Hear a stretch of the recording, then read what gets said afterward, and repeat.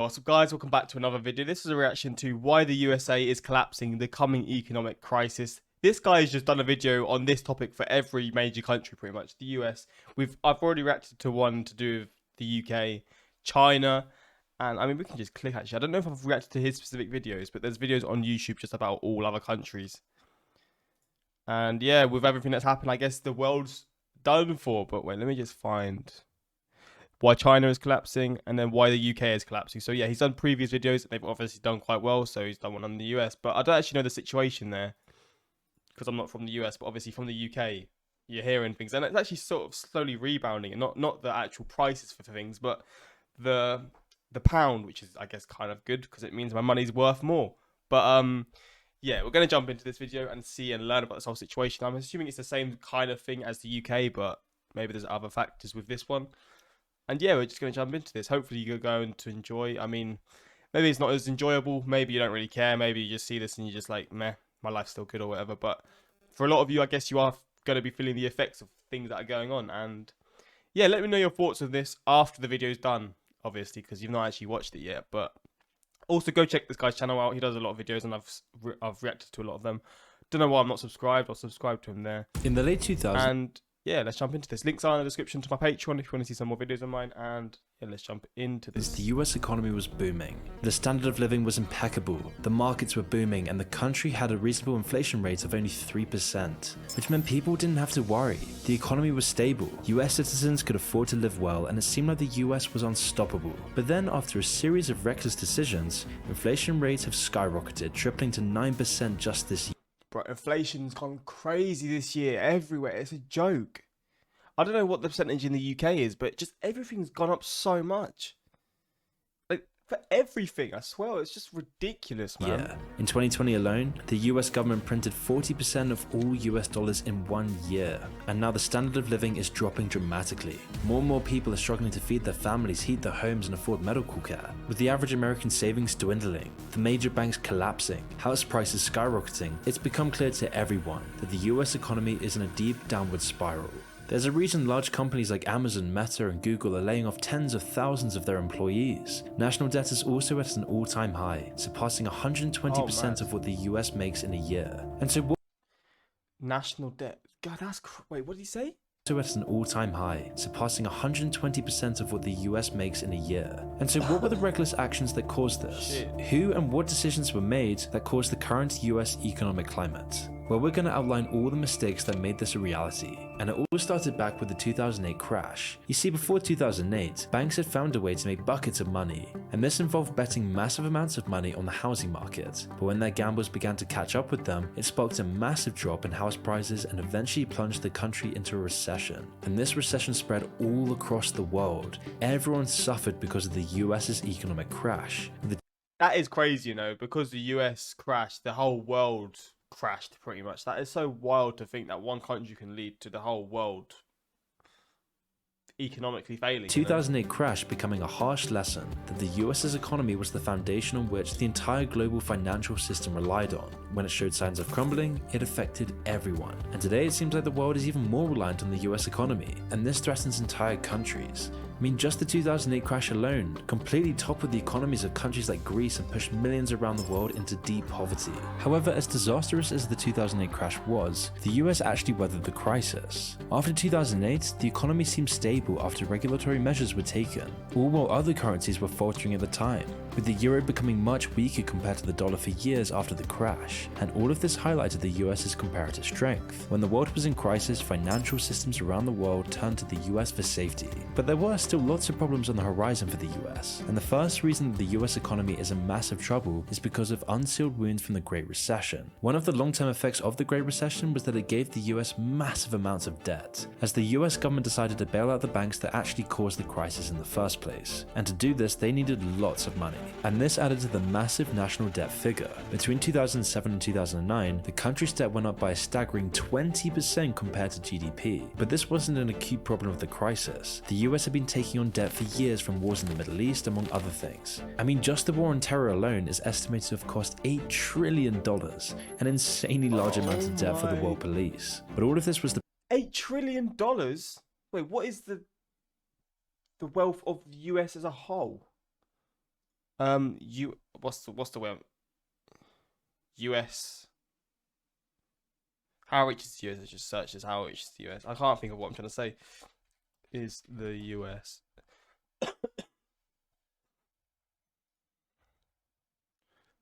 Oh no, so China is second with 17 trillion GDP. It's not say. I don't know why I can't find how to.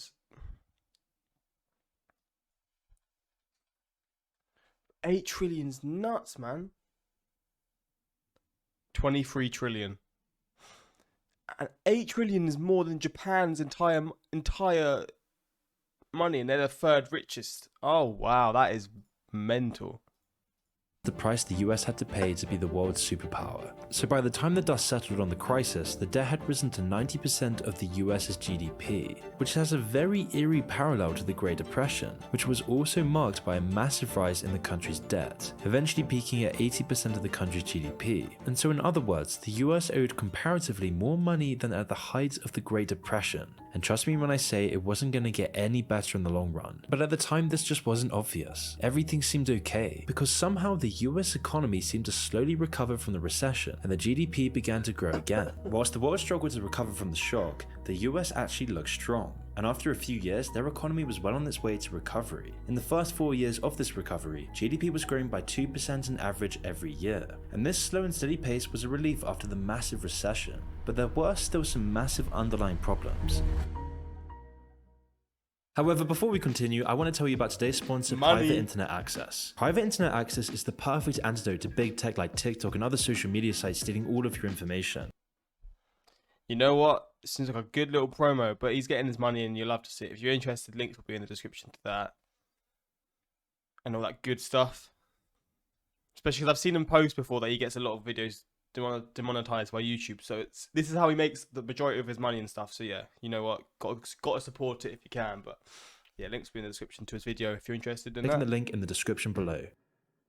And the first of these was inequality. Now, as we all know, there's a very small group of powerful people at the top that had caused the crash. The people who had betted the masses' retirement and life savings at the expense of everyone, with their reckless actions irreversibly changing the US and world economy. But when the economy began to grow again, the people at the top saw the most profits. Because unlike the Great Depression, there was no New Deal. Instead, the focus this time was put on restoring the old system which had been dysfunctional in the first place. Neoliberal trickle-down economics. And this led to a massive rise in inequality. Now, the US was incredibly unequal before the crash. This is just part of the capitalism, and it isn't necessarily bad. However, after the crash, this gap just kept on growing, leading to the point where the top 1,000th of the country were worth more than the bottom 90%, giving the richest Americans massive amounts of power and influence, and life just kept getting worse for everyday normal Americans. Unemployment spiked during the crash as well, and it stayed high for many years afterwards. Before the crash, unemployment was about 5%, doubling just a few months after the crash. And as the economy slowly started to shrink, companies kept laying people off. Hundreds of thousands of jobs were lost every month,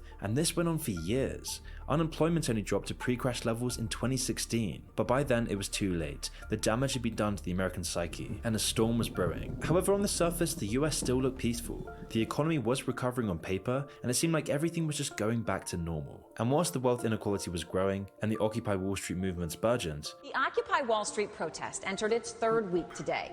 What started as less than a dozen college students camping out in a park near the New York Stock Exchange is now hundreds of protesters, and it's spread to other cities. Much larger macroeconomic forces were starting to threaten the US, and the root of this problem was that people were just getting too old. People weren't having enough babies anymore. The state of this country may be influencing a record number of Americans against having children. With the baby boomer generation being the largest in the US, with this generation now almost all in retirement, and as birth rates continue to drop, this left a lot of people to be taken care of. And on top of this came another layer of massive generational wealth inequality. It can be expected for people to get richer as they get older, but because the economy was shrinking over decades, the gap had been widening for some time now. Baby boomers and those older than them owned 70% of the US's wealth, adding yet more decision in an already fractured country. And over time, this problem only got worse. More and more baby boomers would work less and less, as of course people generally age, they spend less. And this shifted the burden onto younger people at a much higher rate than normal, who already have much less money compared to their parents. That's just how it is, isn't it? The younger people will always, like with the COVID stuff, and like all the debts that have been built up from COVID, all like the younger people will feel the effects of it over over the next few years when they ain't got they ain't got the savings, they haven't got this money to sort of do it, but it's gonna be put into like the taxes and stuff, right? You know, you're just gonna have to get used to it. I guess it's just how it always is I think it's just how it always is for the younger generations. It's not nice and it's actually really bad, to be honest. I'm saying things that are obvious, but it's a horrible thing to deal. But I feel like it's just like that for any young generation. They are the ones who have to sort of deal with the things that have happened, pretty much. Because again, maybe this generation once had to deal with the previous generation's sort of like issues. I guess the World War and stuff. I don't know, just different things. The younger generations would pay for it as the older generations get older and stuff, etc. At the same age. And now most people might be thinking that this problem would just sort itself out. Inheritance and other factors will slowly close this wealth gap over time. But at the end of the day, an aging population is still a massive problem, and it's the same for China, becoming just another macroeconomic force, causing the US's economy to nosedive in following years. But the inequality in America that mattered the most after the crash were the regional differences within America. You see, decades ago, the Rust Belt and Middle America were a thriving part of the country. All of America worked as a unified whole to propel the country forward in the world. Jobs were plentiful, opportunity was everywhere, and America's industrial strength was at an all-time high. But as history took its course, these jobs were slowly outsourced to other countries like China. And over the latter half of the 20th century, the heart of America got poorer and poorer. And with this, job opportunities dried up, and people left for the more prosperous coasts in the droves. And when the crash happened, this process only got worse. Once thriving and prosperous cities like Detroit suffered immensely. In fact, Detroit was one of the most wealthy cities in the entire world. But over time, as companies outsourced all of their labor to these foreign nations, places like Detroit became barren wastelands. And after the crash, they fell just even further behind. It took almost 10 years for the city's economy to recover to pre-crash levels. And even their pre-crash levels were substantially lower than before. And so, of course, with this economic decline, this led much of America to feel disenfranchised. They felt left behind in America's growth. And all while this was happening, rent costs everywhere were gradually going up. Affordable housing extremely hard to find unless you're cool with pod life. In 2010, they went up by over 7%, and since then, they've never recovered.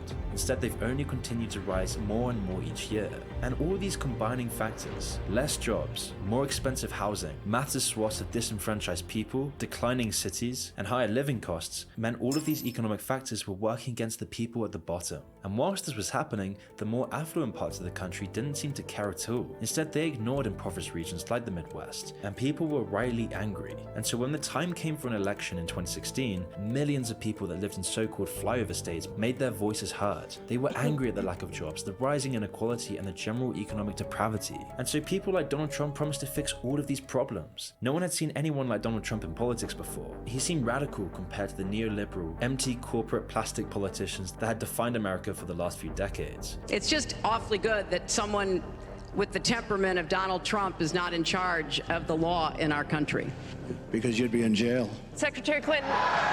He represented the way out of the darkness by promising to bring jobs back to the country. And whether he actually did this is another story. But whether you like him or not, he's still won for a reason, which represented the massive amounts of division and polarization that had seeped into America. But with Trump coming to power, the divide within America would only get more and more chaotic. Both sides' extremeness would accelerate, and the culture war reached new levels. CNN, Fox News, MSNBC all told completely different versions of the news. Every institution in America was becoming politically polarizing. However, it wasn't completely obvious that the US was in for another recession. Economic growth under Trump remained steady. It did take a hit in 2016 while the economy was faltering a little, but other than that, it was plain sailing on paper. And the same wasn't true for other countries. The UK was having an especially hard time during this period, having just come out of Brexit.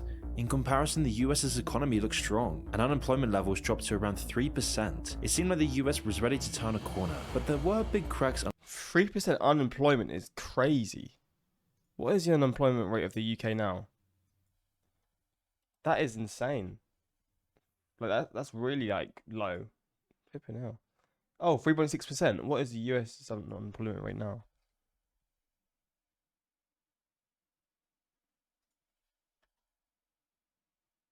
So it's a little bit. It's literally pretty much the same.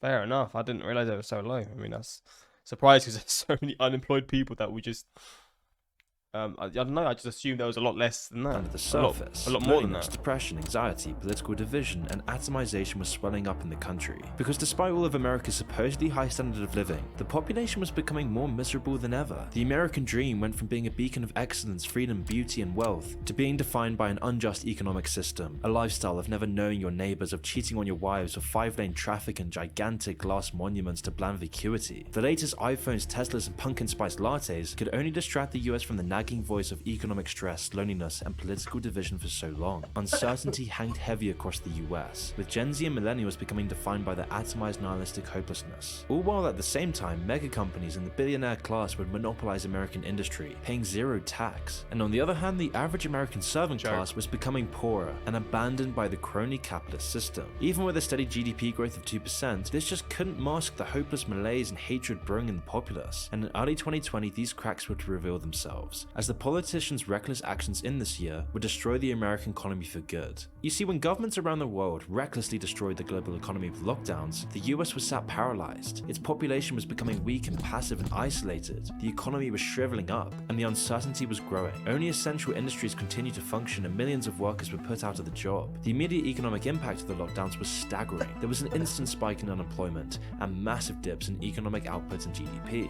And to fuel this slowdown, the US government borrowed more money than ever before. In just 2 years after the pandemic, America accrued $6.25 trillion more debt. It should be clear by now that the COVID lockdowns were incredibly destructive to economies, and seemingly the only solution for American politicians was to print more money. Now obviously a small boost would be understandable, but the US went crazy, destroying the life savings of its.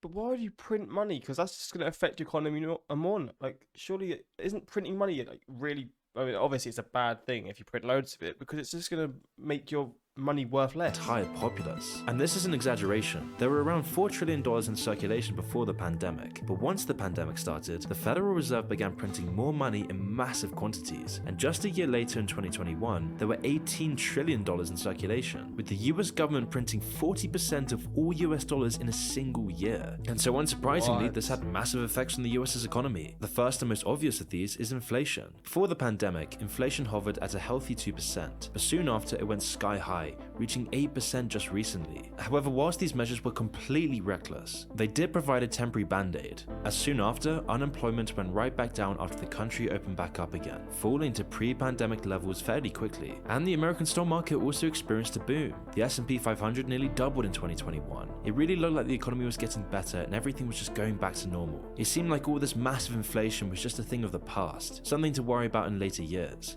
These were just temporary political measures to gain public trust. But of course, this was a delayed solution. The massive amounts of debt taken on and money printed gave the US its own bubble. There was more money floating around, but its actual value hadn't fallen to compensate for this yet. And then this is where the problems started to come back, and come back harshly. The first sign of this was seen in the housing market. Over the past decade, house prices and rents have kept rising. Economic problems pushed more people into renting, and there were simply less houses to rent in general. From 2014 to 2018, rental unit numbers dropped by 500,000 in the US, and as prices increased across the US, so did the costs for landlords, which led to even more rent increases. The end result of this was the highest comparative rent costs we've seen in decades.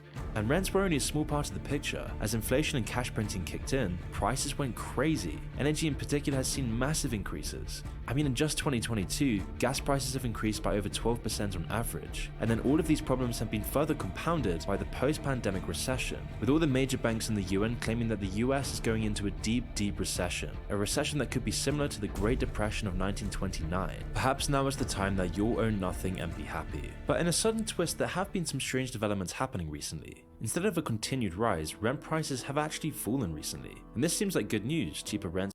Man, how I would love that in the UK. Rent prices dropping. I would have thought with all the inflation and how much issues there are money-wise, rent prices would drop. Oh no, the rent where we're staying has gone up. You love to see it. You absolutely love to see it, man. Oh, why is it so expensive to live? It's not fair, man. Means more money for renters, right? Well, while this may be the case, the drop in rental prices is a clue that we're about to enter another housing crisis. House prices in 2021 were eerily similar to the prices before the U.S.A. crash. They were massively inflated and seemed due for a crash. And now in 2022, it looks like we're about to see this all unfold. To measure the demand for new houses, people often refer to builder confidence. This stat tells us how willing to invest in new construction projects the industry is. And unfortunately, builder confidence dropped for the 10th month in a row recently. A massive part of this is due to rising mortgage rates, which decide how much people pay for a mortgage. This lack of demand and the fact that people generally have less money means we're in for an imminent housing crash. And if the results of the last housing crash are considered, this is not good news for anyone in the long run.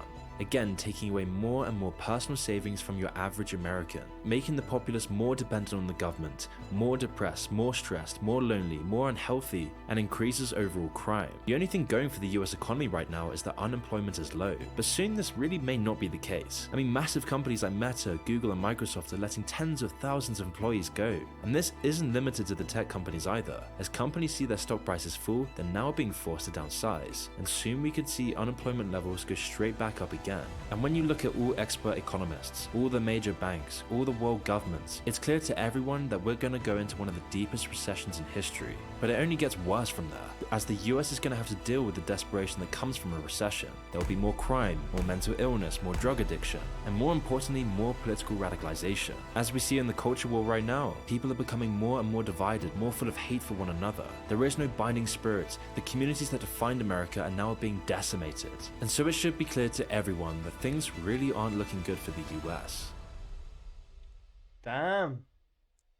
That was a dark video. Yeah, the US already has a mental health crisis, homelessness crisis, record levels of working age males out of the workforce, and rising levels of political extremism in what is supposed to be a good economy. Imagine how bad it will get if we have a depression. Well, again, if the US has a depression, I guess the whole world's screwed as well, right? I'm convinced the day when Moon makes a positive video is the day when the world will really end. And yeah, I don't know. God damn, every country just seems to be in the mud right now. But yeah, let me know your thoughts on this and all that kind of stuff. But yeah, that's pretty much it. Until next time.